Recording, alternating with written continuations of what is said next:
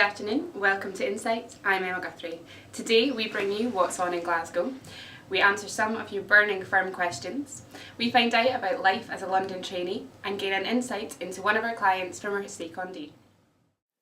In this section of this week's edition of Insight, we take a look at one of the firm's major clients, Vattenfall Wind Power Limited. Vattenfall Wind Power is the UK arm of Vattenfall AB, one of Europe's largest generators of electricity and the continent's largest producer of heat. Vattenfall operates large-scale wind projects throughout the UK, including Thanet Offshore Wind Farm, which was the largest in the world when officially opened in 2010.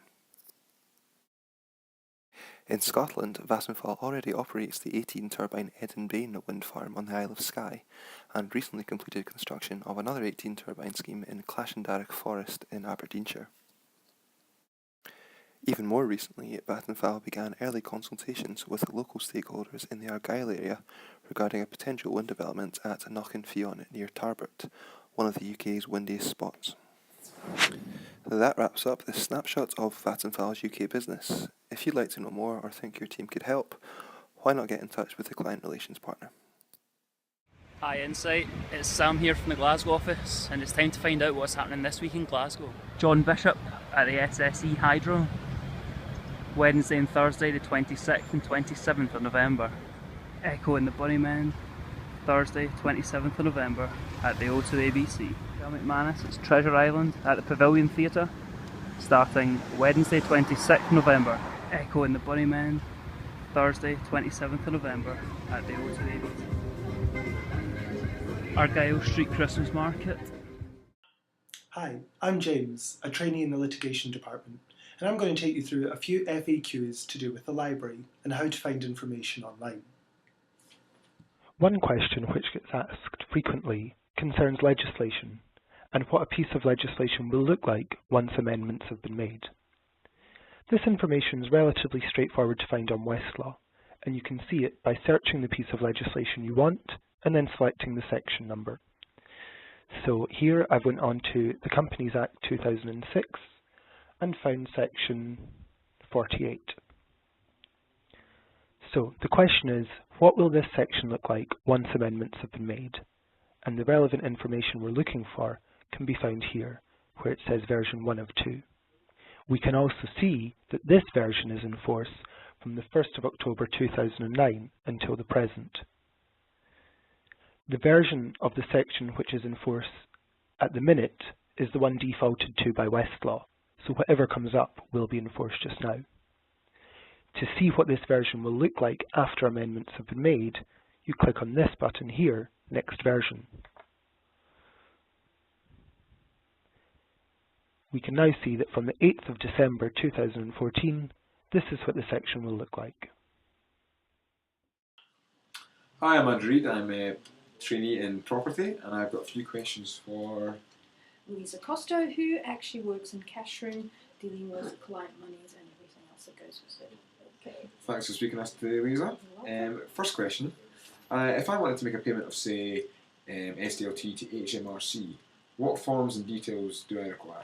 Okay, you need a payment request form, and to pay monies to HMRC, you actually need a unique reference number, and you need to quote that on your payment form in order for the funds to actually be allocated correctly to that. Okay. And what colour is the form, the payment It's form? pink paper. It's a Pink one, paper. sorry. Okay, thanks. Second question, if I wanted to do an international payment, could you talk me through what is required from me as a fee earner? Okay. With international payments, it's always a bit more tricky. Ideally, SWIFT number, an IBAN number. Okay. Ideally, if you've got the beneficiary's address, that's quite relevant. If there's any other information, especially if you send in payments to the States, there's always a corresponding bank.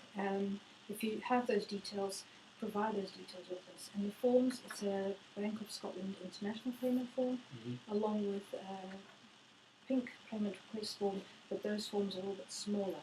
But it actually says international on it. Perfect. And yes, and then you just let us know what currency you would like to send, and we will check those details over with you. Hi, my name's Sam Parry, a trainee in property, and I'm here to take you through a few FAQs about anti-money laundering. First question, how long do I have to verify a client for anti-money laundering purposes? The answer is, verification should be completed within 14 days of commencing to act for a new client. Beyond this, the file will be locked and you will not be able to record any time against the matter until verification has been completed. It may be possible to reopen the file for a day at a time, but this is not ideal. Question 2. How often do clients have to be re-verified? Once a client has been verified initially, it will need to be re-verified once every 4 years, unless they were considered a high-risk client when initially verified, in which case it is once every 2 years.